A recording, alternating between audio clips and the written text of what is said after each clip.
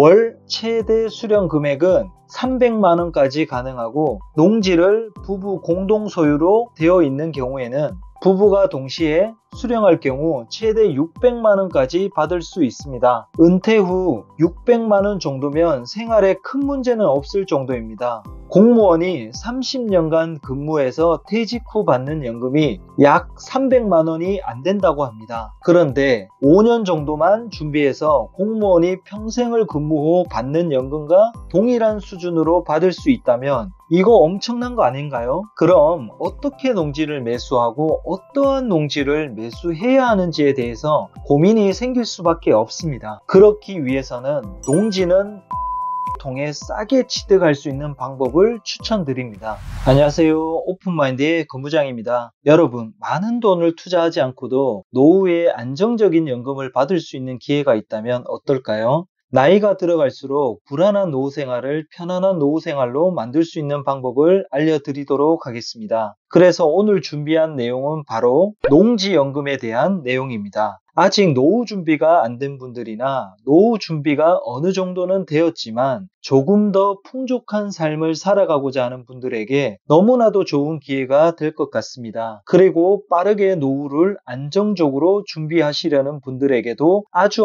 유용한 정보가 될 것 같습니다. 우선 농지연금 제도에 대해서 알아보도록 하겠습니다. 농지연금 또는 토지연금이라고도 합니다. 농지연금은 만 60세 이상의 고령 농업인의 노후 생활을 지원하는 제도입니다. 쉽게 말하면 농지를 담보로 안정적인 연금을 매달 받을 수 있다는 이야기입니다. 국가에서 농지를 보유하고 있는 사람들에게 노후연금을 지급해주는 국가 프로젝트라고 보시면 됩니다. 이것을 투자금이 크게 들이지 않고도 활용할 수 있는 방법도 있으니 끝까지 시청해 주시기 바랍니다. 그럼 지금부터 상세 내용을 알아보겠습니다. 첫째, 가입 연령은 만 60세 이상부터입니다. 2022년 2월 18일부터 만 65세 이상에서 만 60세 이상으로 변경되었습니다. 기준 나이가 변경되면서 좀 더 빠르게 연금 수령이 가능하게 되었습니다. 빠르게 은퇴를 생각하시는 분들에게는 희소식이라고 생각되고 2024년의 경우 1964년 12월 31일 이전 출생자에게 해당됩니다. 월 최대 수령 금액은 300만원까지 가능하고 농지를 부부 공동 소유로 되어 있는 경우에는 부부가 동시에 수령할 경우 최대 600만원까지 받을 수 있습니다. 은퇴 후 600만원 정도면 생활에 큰 문제는 없을 정도입니다. 공무원이 30년간 근무해서 퇴직 후 받는 연금이 약 300만원이 안 된다고 합니다. 그런데 5년 정도만 준비해서 공무원이 평생을 근무 후 받는 연금과 동일한 수준으로 받을 수 있다면 이거 엄청난 거 아닌가요? 둘째, 영농 경력은 5년 이상이 되어야 합니다. 농지만 보유하고 농사를 짓지 않는 경우는 이에 해당되지 않습니다. 영농 경력은 연금 신청일 직전까지 연속적일 필요는 없으며 전체 영농 기간 중 합산 5년 이상이면 됩니다.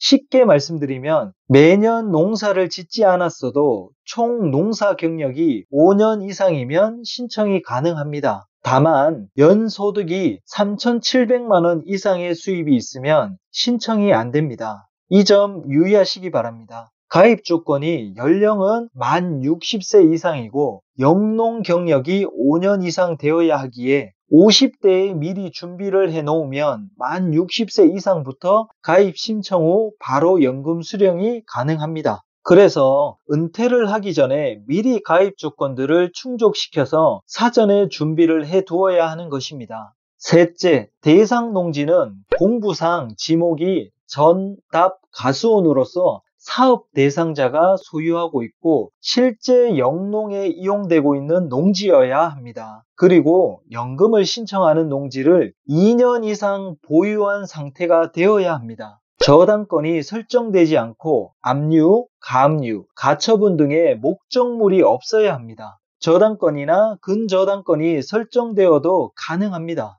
다만 공시지가로 계산된 농지 시세 대비 채권 최고액이 15% 이내만 가능합니다.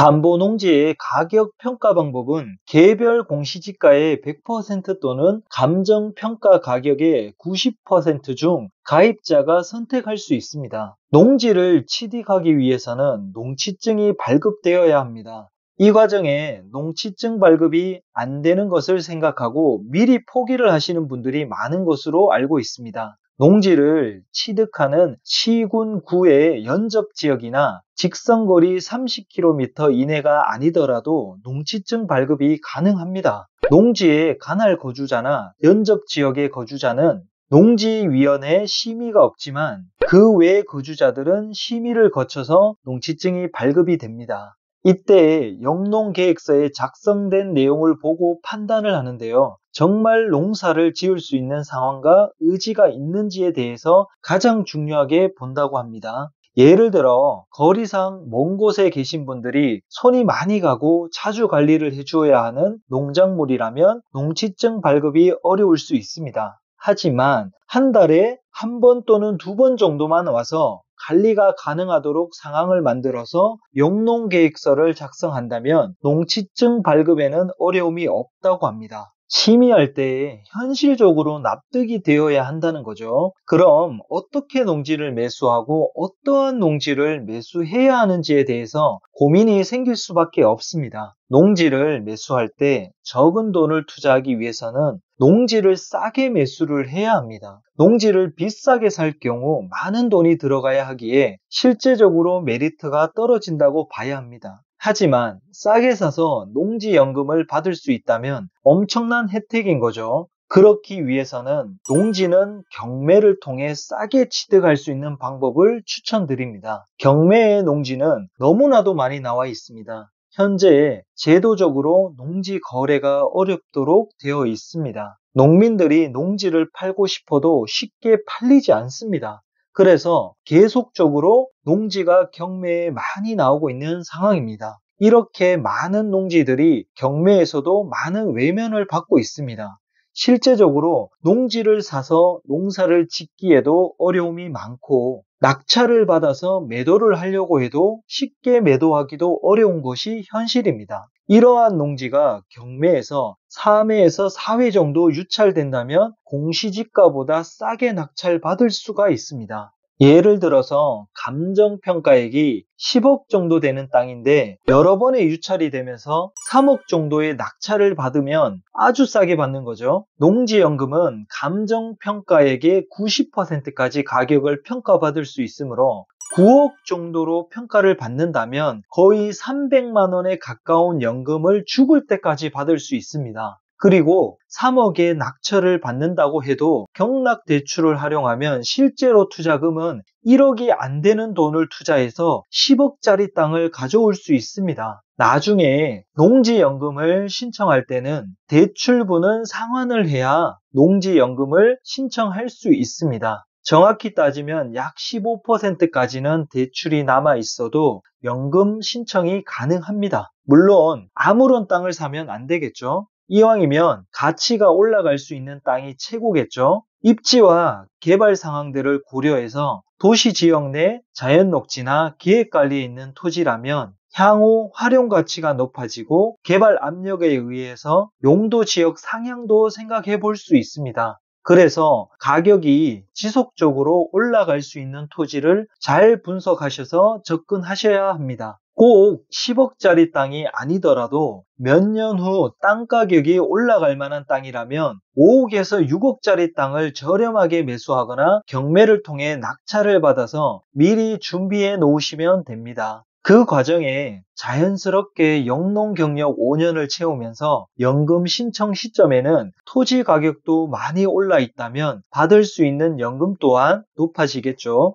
이렇게 오늘은 농지연금에 대해서 알아보았습니다. 노후 준비에 대해서 막연히 걱정만 하고 계신 분들에게는 희망의 빛과도 같은 소식이 될 거라고 생각합니다. 알면 쉽고 모르면 어려울 수밖에 없습니다. 이러한 기회들을 잘 활용하셔서 밝은 노후 생활을 준비해 보시기 바랍니다. 다음 시간에는 농지연금 Q&A를 통해 궁금증을 풀어드리도록 하겠습니다. 오늘은 여기까지입니다. 감사합니다.